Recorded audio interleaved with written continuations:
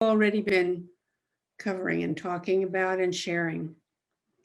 So I wanted to repeat that the story about esoteric Buddhist master Sangha, who lived in Japan 600 years ago, so in the 1400s. It was a feudal state. One day a monk asked Sanko, "Please show me the essence of Zen." Master Sanko at once replied, "Look under your feet. Look under your feet." Look at what you're thinking about. Listen to what you're saying. Watch what you're doing. Just be here. Take a look. He says this in not a judgmental or mean-spirited way or a condemning way, but with a clear, open and aware eye of Buddha, who sees what's what, sees the nature of what's going on, is affected by how it is. Grounded in patience, we safeguard our intention to be of benefit and face what we need to learn. So I think that we haven't talked so much about learning, but that's going to run through this talk today. I use this story to introduce the thoughts that I've had about our exercise last night, which was such a rich exchange. The more, as I reviewed it, as I thought about what everybody offered, it was very rich, very rich. And we've had visiting teachers comment on how deeply we practice our Sangha practices. And last night was an example of that, really using the practice to take a very close look, very individual look. Looking under our feet, looking at what's in our hearts, what's in our vows. Master Sanko's words reverberate for me in relation to a couple of judgment calls of mine last night that were not so skillful. In my personal debrief with myself, I was thinking, what was I thinking? What was I thinking about? And listen to what you said. Watch what you're doing. The same things that Sanko is telling the monk in all earnestness about, keep alive, keep awake to what's right at hand and how you're handling it. There's always so much to learn from taking a much closer look at our own behavior, but not with judgment and mean-spiritedness, but carefully and closely. As one of you articulated, it's necessary to be patient in order to develop depth. And we are all looking deeply into our lives and into how we be in this life. And we have to have patience in order to develop depth in relationships, and also to see what gets in the way of relationship. So I was concerned about the time last night when I cut one of you off rather abruptly. Not so skillful, and I regret this. And then contemplating what I might have done instead. I could have set out in advance the time frame for all of you for sharing about vow and patience, much more clearly in advance. And that would have provided better guidance and been more gracious and helpful and avoided hurt feelings and someone feeling singled out. This is a learning that I have from this experience. In a Sangha, each person has different needs and blind spots. I try in my best judgment to support your growth in ways that I think is most helpful. each of you uniquely. But I too am practicing just like the rest of you, and I don't always hit the mark. So I'm taking this opportunity to acknowledge that. I think it's important to know that we are all on this path together. And from another point of view, impatience from the teacher is not always harmful. I have been on the receiving end from my teachers over the years on a number of occasions, and know how potent it can be in dislodging me from my own small view. So there are a number of ways of looking at what happened last night, but I wanted to acknowledge it because as a Sangha, I think the strength in a Sangha comes from being able to look at everything that comes along. We're all learning. We're always learning. From this step. I think those words in that chant are so wonderful. This step. At our evening chant, we chant that. We've been working with that. This current step is where the treasury of luminosity shines. This step, this moment, this action, these words. We shouldn't misunderstand and think that we can reach the end of learning. The words complete enlightenment or perfect enlightenment, these phrases can be confusing if they leave us with the impression that practice ever stops. That would mean we have a gaining idea. We're going to get something, and once we get it, we'll have it. Well, it is not a thing. Rather, Dogen says it, practice enlightenment. We can say that two ways. Practice enlightenment and practice enlightenment. Meaning always going beyond.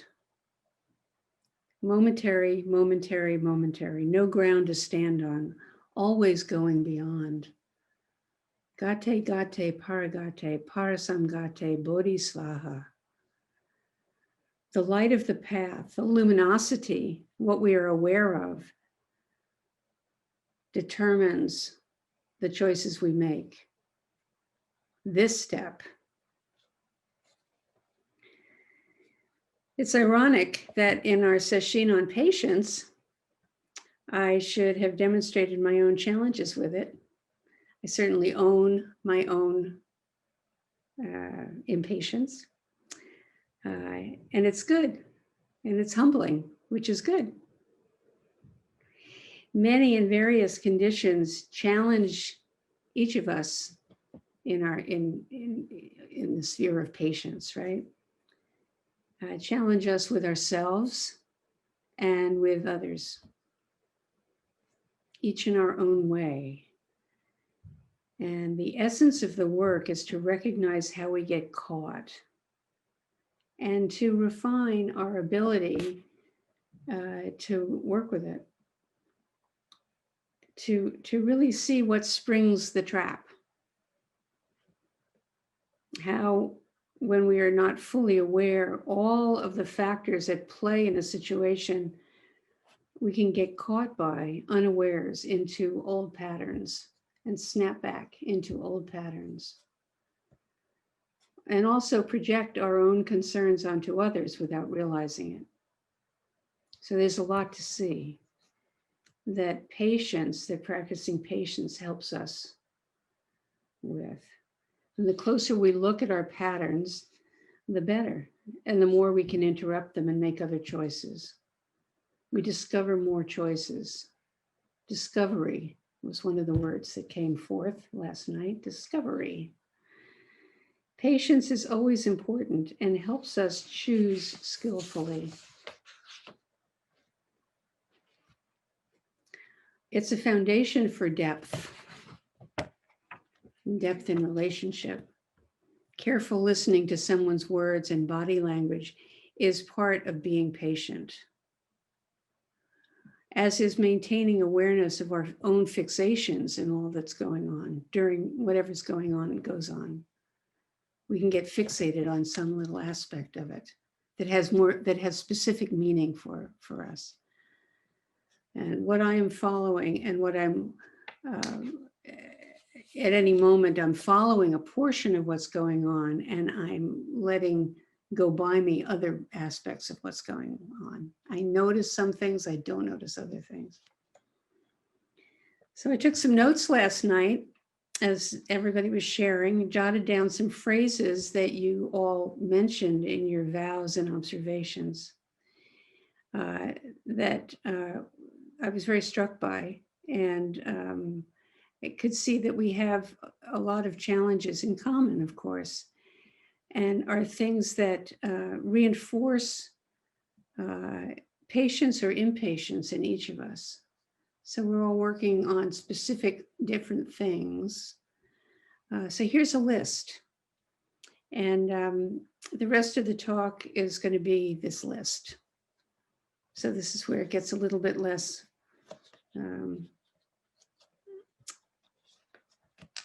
flowing. So the first thing that I had on my list was not harboring ill will. That was mentioned by one of you. We need to notice when it arises and the narratives that rumble below, carrying grudges, laying in wait, hanging on to expectations, playing gotcha. These are all aspects of ill will that can be patterns in how we, given the right circumstances.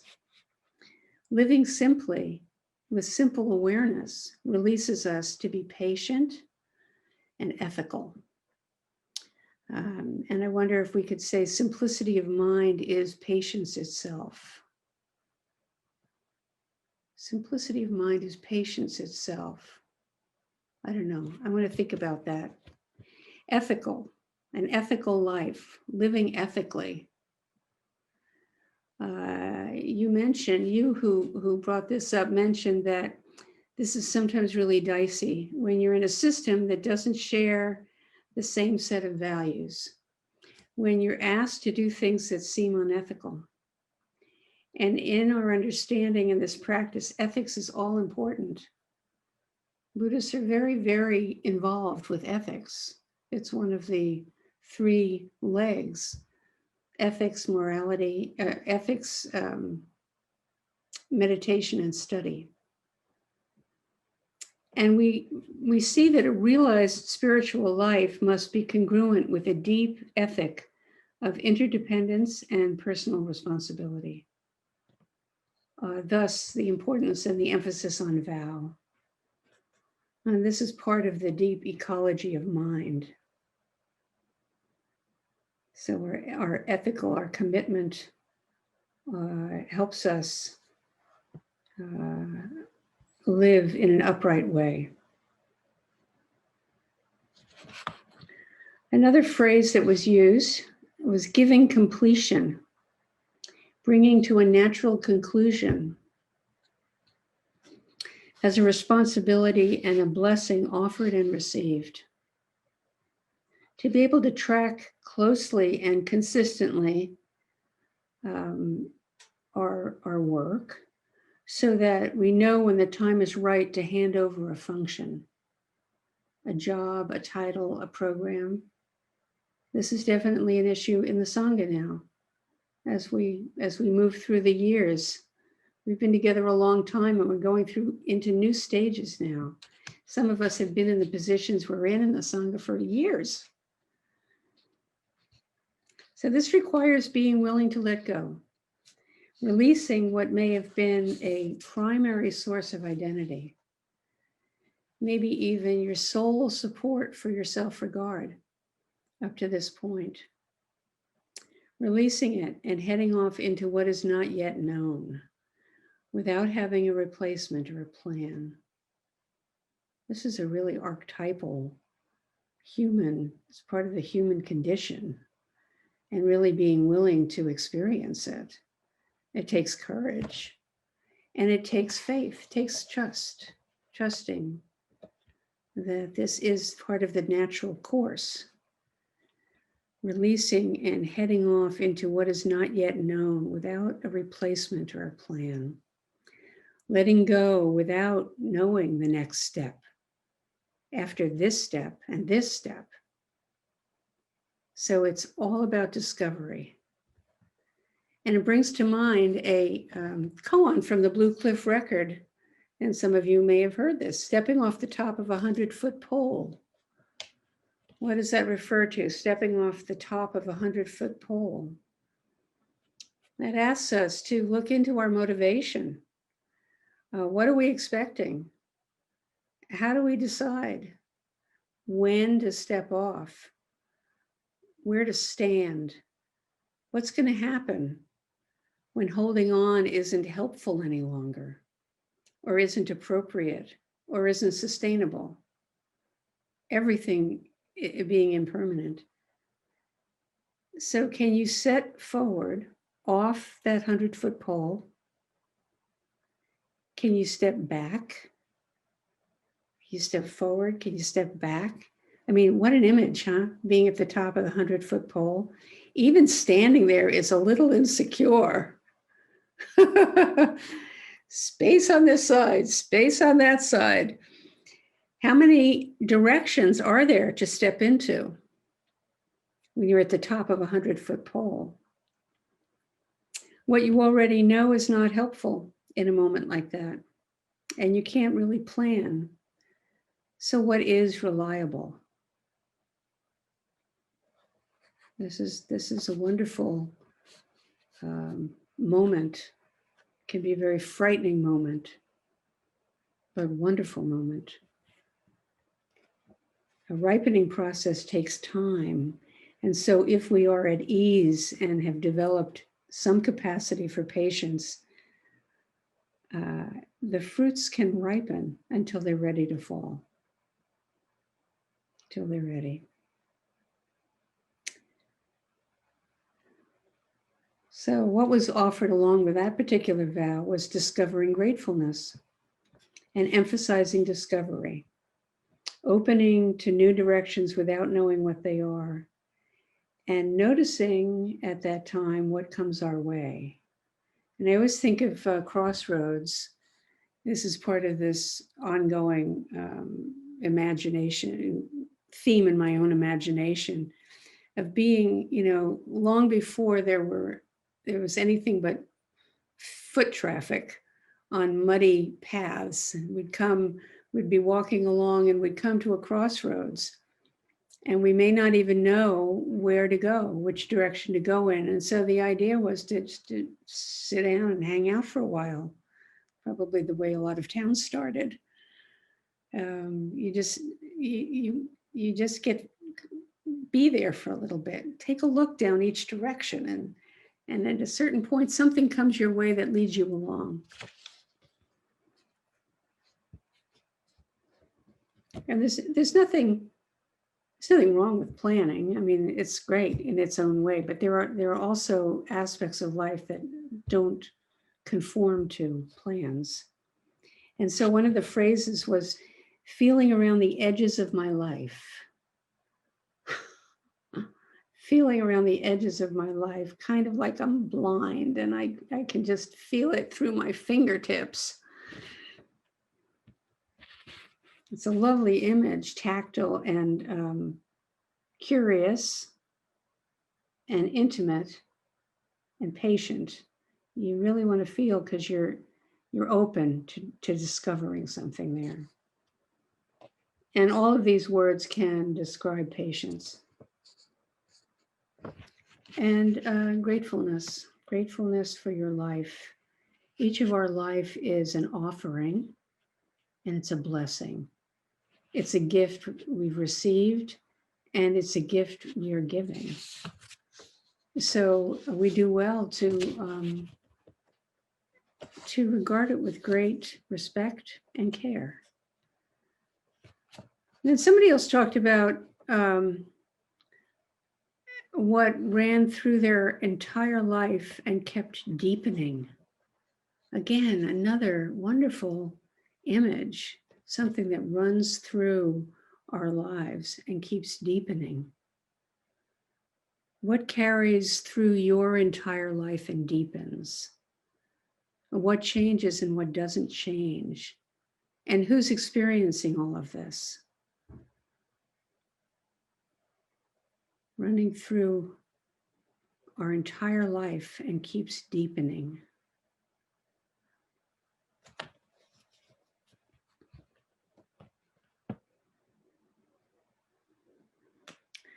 And then deep into our sharing, someone else vowed to show up and be an active participant. That's just such a great statement. Show up and be an active participant. Be willing to be seen and heard. To know herself better by what is reflected back to her. This is a primal description of what we're all called to do. Isn't this what we're doing here in our practice? Everybody has to speak. We may think, and many of us come to Zen with the intention of hiding out. It's nice and quiet. We don't look at each other. We don't talk a whole lot, right? But this is a mistaken impression. We are really called to become naked, to be willing in our own eyes to see all aspects of ourselves and not to hide who we are. And that takes a lot of courage and a lot of patience, because many of us have a pretty hefty protective shield. And so we work with that. And in Zen, this wordless life, this wordless way, calls forth our true language. That's something that Thich Nhat Hanh talks a lot about. We discover our true language, which is yours and yours uniquely, and can only be discerned through patience and sustained attention and relationship. We can practice alone in a cave, and that will be a limited kind of practice. And that's also very Zen, you know. We say enlightenment must function. And then another of you mentioned looking for the source of patience. And what a wonderful practice. The source of patience, how wonderful. That all of our challenges give us fresh opportunities to look into the source of patience and look into the source of what gets in the way. And then to see minutely enough to be able to recognize how we are embedded. That was the word used. We're embedded in what? Everything. We can really look into the whole process of being embedded and embedding. And then also to remember to dedicate the merit of the practice of patience. This practice of seeking the source and dedicating our effort to all others reminds us that we are not alone. We don't just practice for ourselves. We are unique, but not alone. Not separate, but each of us in our own unique place in the one unified field of life. So, Rich, before you joined us this evening, we decided we would dedicate our practice, our Zazen, that first hour, to the House and the Senate in their meeting. And of course, it made it all go very well. No, I don't know. It went as it did. And then the last offering was a vow that blesses us all, is shared with us all. the vow to detach with love. I mean, this is so potent. Everything that you all shared is so potent. There's such strong images. To detach with love. Good boundaries are loving. Good boundaries support love, support the uniqueness of each person in relationship, and acknowledges and is based in a sense of worthiness. We are worthy of having boundary. And to focus love on the self, self-love, self-compassion, inhabiting the full self at all times. Yes, that's the idea. Coming to bear witness to our shadow, our denied parts, our gifts, our light, all of it, and finding it in our hearts to include the needs of all of our parts, but not necessarily their strategies for meeting those needs. Because sometimes the strategies are self-defeating. The strategies for meeting our needs are self-defeating, and we certainly can see that clearly when we're practicing. It takes a lot of patience.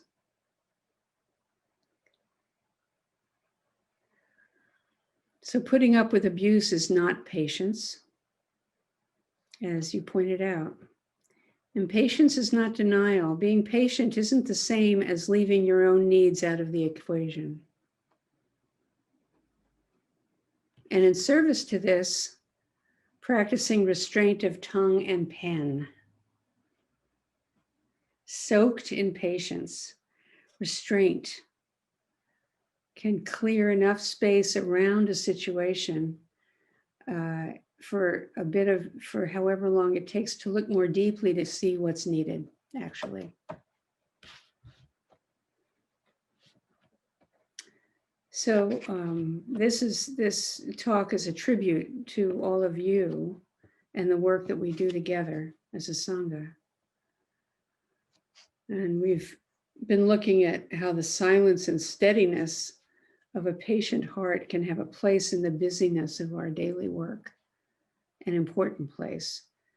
And practice on the cushion in stillness and silence, and practice off the cushion in the hurly-burly of our life. And through this paramita of patience, we can learn how to live with what Wordsworth, this is such a wonderful line. We can learn how to live with a central peace subsisting at the heart of endless agitation.